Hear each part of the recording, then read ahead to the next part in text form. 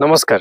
আজি ভিডিঅ'ৰ প্ৰসংগ এটিকলি দুটিপাত এটা এনেকুৱা আঁচনি চৰকাৰৰ যি আঁচনিৰ জৰিয়তে 200 বছৰ ত্যাগ কষ্ট স্বীকাৰ কৰি পেলাই অসমখনক আৰ্থিকভাৱে সবল কৰা এই চাহ শ্ৰমিকসকল চাহ কৰ্মচাৰীসকল তেওঁলোকক সন্মান দি পেলাই তেওঁলোকক আৰ্থিক দিশত কিছু সহায় কৰিবৰ কাৰণে অসম চৰকাৰে এটা আঁচনি আনিছিল যি আঁচনিৰ নাম আছিল এটিকলি দুটিপাত। আৰু এই আঁচনিৰ লক্ষ্য উদ্দেশ্য আছিল চাহ শ্ৰমিকসকলৰ কিছুমান সমস্যা হলেও এই আঁচনিৰ জৰিয়তে ঠিক কৰিব পৰা, আৰু যাৰ মূল্য আছিল 5,000 টকা। গতিকে এই আঁচনিটো যিটো লক্ষ্য লৈ আহিছিল সেই লক্ষ্যটোকে অসম চৰকাৰৰে কিছুমান প্ৰতিনিধিসকল, ভাৰতীয় জনতা পাৰ্টিৰ কিছুমান প্ৰতিনিধিসকল, লগতে বাগান কৰ্তৃপক্ষৰ কিছুমান প্ৰতিনিধিসকলে সম্পূৰ্ণ বিফল কৰি পেলালে। যেতিয়া এই আঁচনিটো মাননীয় মুখ্যমন্ত্ৰী মহোদয়ে কৈছিলে যে বাগানত থকা প্ৰত্যেকটা চাহ শ্ৰমিক আৰু প্ৰত্যেকটা চাহ কৰ্মচাৰী এই আঁচনিটোৰ অধিকাৰী হয় আৰু এই আঁচনিটো তেওঁলোকে পাব, তাৰ মানে মাননীয় মুখ্যমন্ত্ৰী ডাঙৰীয়াই এটা কথা স্পষ্ট কৰি দিলে যে অসমত থকা লাখ লাখ চাহ শ্ৰমিক আৰু চাহ কৰ্মচাৰীয়ে এই আঁচনিটো পাব লাগে।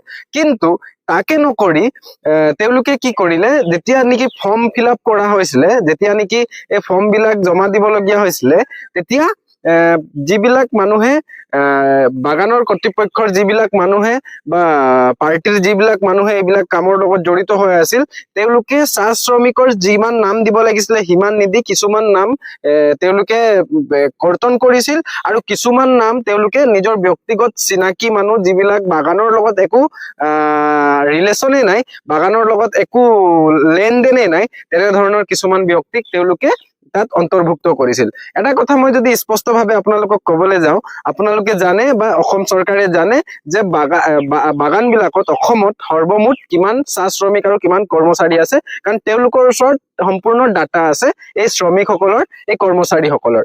গতিকে সেইটো কাৰণে মাননীয় মুখ্যমন্ত্ৰী ডাঙৰীয়াৰ নেতৃত্বত এই অসম চৰকাৰখনে এটা মূল্য নিৰ্ধাৰণ কৰিছিলে, এটা এমাউণ্ট নিৰ্ধাৰণ কৰিছিলে। টোটেল প্ৰায় 310 কোটি টকা মূল্য নিৰ্ধাৰণ কৰি পেলাই চাহ শ্ৰমিকসকলক আৰু চাহ কৰ্মচাৰীসকলক দিয়াৰ তেওঁলোকে সিদ্ধান্ত লৈছিলে। গতিকে তেওঁলোকৰ যিটো ডাটা আছিলে সিমানখিনি মানুহক 5,000 টকাকে দিলে মানে প্ৰায় 3,010 কোটি টকা পইচা তেওঁলোকে দিব লাগিব। গতিকে যেতিয়া নেকি ফৰ্ম ফিল আপ খিনি কৰা হল, তেতিয়া কি হল, মানুহবিলাকে কিছুমান চাহ শ্ৰমিকৰ নাম দিছিলে, কিন্তু তাৰ লগতে নিজৰ পৰিয়ালৰ কিছুমান নাম তাত অন্তৰ্ভুক্ত কৰি দিছিলে। যেতিয়া তেওঁলোকে এই ডকুমেন্টছ খিনি ভৰাই পেলাই তেওঁলোকে যেতিয়া আপলোড কৰিলে বা তেওঁলোকে যেতিয়া জমা দিলে, তাতে এটাতো তেওঁলোকক লিষ্ট দি দিয়া হৈছে যে ইমানখিনিহে চাহ শ্ৰমিক আছে আৰু সিমানখিনিহে পাব। গতিকে যিবিলাক মানে তেওঁলোকে নাম খেলি মেলি পালে, যিবিলাক নাম বিসংগতি পালে, যিবিলাক নাম তেওঁলোকে স্পেলিং মিষ্টেক বা বিভিন্ন তেনেকে ডকুমেন্ট ভুলৰ কাৰণে তেওঁলোকে পালে, সেইবিলাক কেনচেল কৰি দিলে। আৰু তাত আছিলে অধিকাংশ চাহ শ্ৰমিকৰ আবেদনসমূহ। কাৰণ কেলে, আপোনালোকে যদি চাবলৈ যায় আজি তাৰিখত চাহ শ্ৰমিকসকলৰ যিবিলাক আবেদন থাকে, যিবিলাক নথি পত্ৰ থাকে, তাত প্ৰায় আপোনালোকে যদি চাবলৈ যায় স্পেলিং মিষ্টেকৰ এই সমস্যাটো আপোনালোকে পাব। গতিকে যিবিলাক বুদ্ধিজীৱী মানুহে চিন্তা চৰ্চা কৰি পেলাই তেওঁলোকে নিজৰ পৰিয়ালৰ মানুহখিনিও ভৰাই দিছিলে, তেওঁলোকেতো নিজৰ পৰিয়ালৰ মানুহৰ নথি পত্ৰসমূহ সম্পূৰ্ণ শুদ্ধ কৰি আবেদন কৰিছিল, আৰু চাহ শ্ৰমিকসকলৰ যিবিলাক নথি পত্ৰ আছিল সেইবিলাক কাৰেক্ট নাথাকা অৱস্থাতো তেওঁলোকে সাবমিট কৰি দিছিল। তো তেনে ক্ষেত্ৰত অসম চৰকাৰে ডাটা অনুসৰি তেওঁলোকে কৰ্তন কৰিলে, যিবিলাক তেওঁলোকে নিজাববীয়াকে ভাবিলে যে এইবিলাকতো স্পেলিং মিষ্টেক আছে বা এইবিলাক এনেকুৱা কিবা এটা খেলি মেলি আছে, এইবিলাক কাটি দিয়া হওক, আৰু সৰ্বমুঠ যিমান তেওঁলোকৰ এমাউণ্ট আছিলে প্ৰায় 310 কোটি টকা যি এমাউণ্ট আছিলে, সেই এমাউণ্ট খিনি তেওঁলোকক মানে যিবিলাক মানুহৰ নাম থাকি গল ডাটাত, যিবিলাক থাকি গল সেইবিলাকক দি দিয়া হল।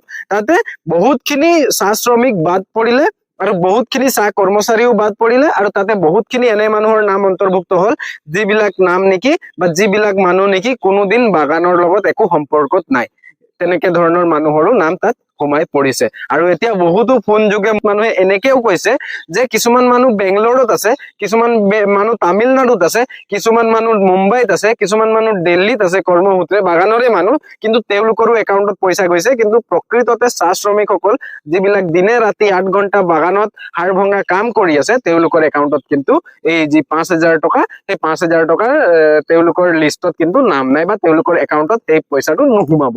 গতিকে এনেধৰণৰ এটা বিসংগতি এই চৰকাৰখনৰ জৰিয়তে বা বাগিচা কৰ্তৃপক্ষৰ জৰিয়তে বা কিছুমান ৰাজনৈতিক পাৰ্টিৰ জৰিয়তে এনে ধৰণৰ বিসংগতি হল। মই ইয়াত সম্পূৰ্ণৰূপে চৰকাৰখনকো দুখ দিব নাযাওঁ, যে চৰকাৰখনক মই ধন্যবাদ দিব বিচাৰিম যে চৰকাৰখনে এনে এটা মহৎ উদ্দেশ্য আগত ৰাখি তেওঁলোকে এনে এটা আঁচনি আনিছিলে, মই চৰকাৰখনক ধন্যবাদ দিছো। কিন্তু লগে লগে মই এটা প্ৰশ্ন চৰকাৰখনক কৰিব বিচাৰিছো, যেতিয়া নেকি এই কথাখিনি আপোনালোকে গম পাইছে যে এনে ধৰণৰ এটা বিসংগতি হৈছে, আপোনালোকে ষ্ট্ৰিক্ট একচন এটা কিয় লোৱা নাই, বা আপোনালোকে এই ক্ষেত্ৰত ষ্ট্ৰিক্ট নিৰ্দেশনা এটা কিয় জাৰি কৰা নাই, বা ষ্ট্ৰিক্ট SOP এটা কিয় জাৰি কৰা নাই, যাতে এনেধৰণৰ 2 নম্বৰী মানে প্ৰায় আপোনালোকে দেখি থাকে চৰকাৰী আঁচনিবিলাক যিবিলাক মানুহে পাব নালাগে তেনেধৰণে মানুহবিলাকে পায়।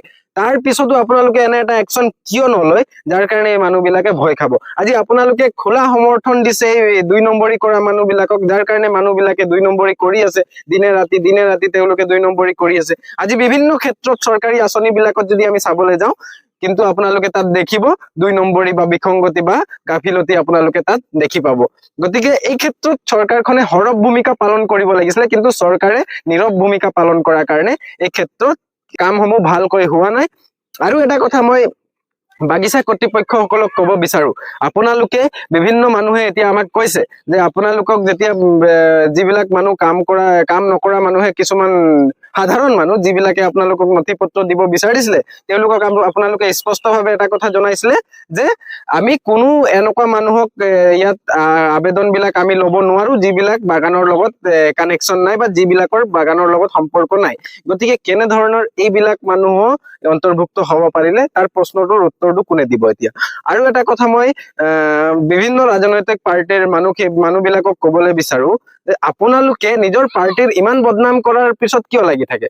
কাৰণ আপোনালোকে যি ভুল কৰিব আল্টিমেটলি তাৰ ৰিয়েকশ্যনটো কাৰ ওপৰত আহিব বা তাৰ প্ৰশ্নটো কাৰ ওপৰত আহিব? আপোনালোকৰ পাৰ্টিটোৰ ওপৰত। গতিকে নিজৰ পাৰ্টিটোক সদায় আগফালে ৰাখিবলৈ চিন্তা কৰক, সদায় নিজৰ পাৰ্টিটোক সদায় উচ্চ শিখৰত ৰাখিবলৈ চেষ্টা কৰক। এনেধৰণৰ নিকৃষ্ট মানসিকতা লৈ পেলাই আপোনালোকে যদি পাৰ্টি কৰিব আহে, তেতিয়া বদনামটো পাৰ্টিৰ হয়, আপোনালোকৰ নহয়। এই এটা কথা মই স্পষ্টভাৱে চৰকাৰখনক ক'ব বিচাৰো যে যিমান আপোনালোকে সৰব ভূমিকা পালন কৰিব 2 নম্বৰীৰ এগেইনষ্টত বা যিবিলাক অবৈধভাৱে যিবিলাক গাফিলতি কৰিব বিচাৰে সেইবিলাকৰ এগেইনষ্টত আপোনালোকে যিমান সৰব ভূমিকা পালন কৰিব, সিমান গাফিলতিবিলাক, সিমান বিসংগতিবিলাক, সিমান দুৰ্নীতিবিলাক কমিব। ধন্যবাদ।